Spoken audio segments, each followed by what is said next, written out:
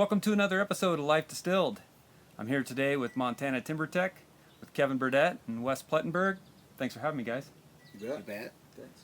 So, amazing spot you got here, Wes. Really you. appreciate you hosting us, and got a little timber frame deck that we're sitting on. This is super cool. And I'm really excited to learn more about your guys' operation and what it is that you guys are doing. But first, it looks like you got the word that the folks at MicroShiner like craft spirits, so you kind of set us up with something. Can you tell us what we got going on here? What do we got here? Well, that's gin. That's from that the Montana distillery up in Missoula. And then this other one is the distillery out of Whitefish, the rum, which is one of my favorites. I really like it. And so you guys are doing rum and cola? Yeah. Yeah. Yeah. Yep. Yeah, I hadn't seen this one, Whitefish. I didn't know they were doing a rum. I knew they were up there, but I hadn't realized they were doing a rum, so I'm gonna have to get up there. I have a couple spots up in the Flathead I have to hit. I've been to Glacier, and then I'm always in contact with the Whistling Andy folks in Big Fork, and they're always like, "You got to come up. We'll put you up at the hotel." And I just haven't made it yet, but that's on the list. And now these guys too, obviously. Yeah. Well, thank you very much for that. You Cheers, bet. guys. Cheers to you.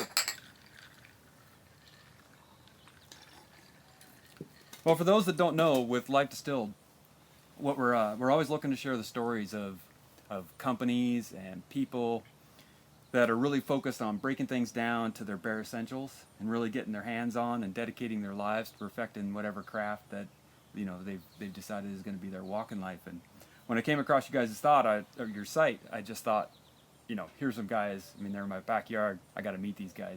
The work on your website was just phenomenal.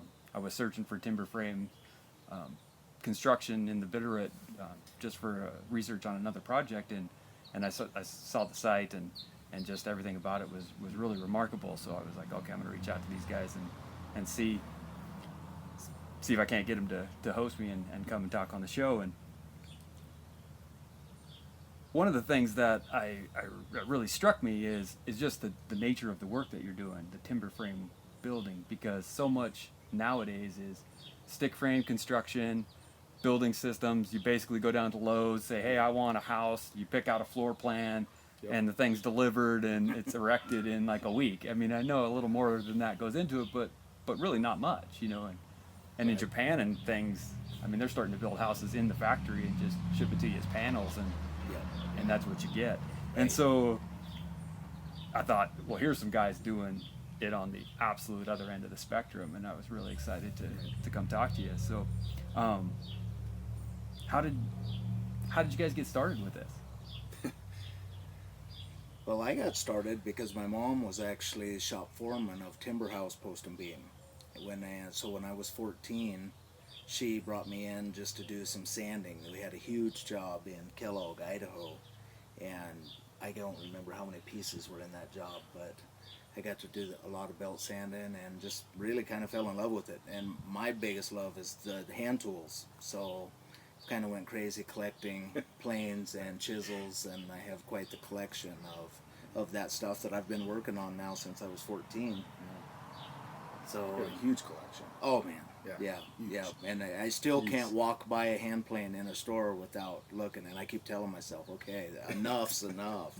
But I can't walk by one. Yeah. It just, there's something about the old tools, the hand tools, and whether it's forging tools or woodworking tools, it's the same. It's the same addiction, I guess I'd say, because I just can't help but look at it. And my wife just rolls her eyes, and she's like, "Oh, here we go again." So. Costing me a fortune. Yeah. So it's just had a lot of fun with it, and met a ton of great people. Yeah. Over the years. I mean, it's been a long time ago. I want to jump in, or have Kevin jump in, but I want to chase this thread a little bit. Like, what do you think it is about the hand tools that just enamors you so much about it? I honestly, mean, it's a lot easier to grab a belt sander and get to work. Right. I think that is some of the attraction, is because it isn't just everybody isn't doing it, and not everybody can do it. There is an extreme talent that it takes to drive a chisel down through the ingrain of whatever, or a hand plane across the surface of a timber, and being able to sharpen it. And that's the other thing that I've become quite well at doing, is sharpening.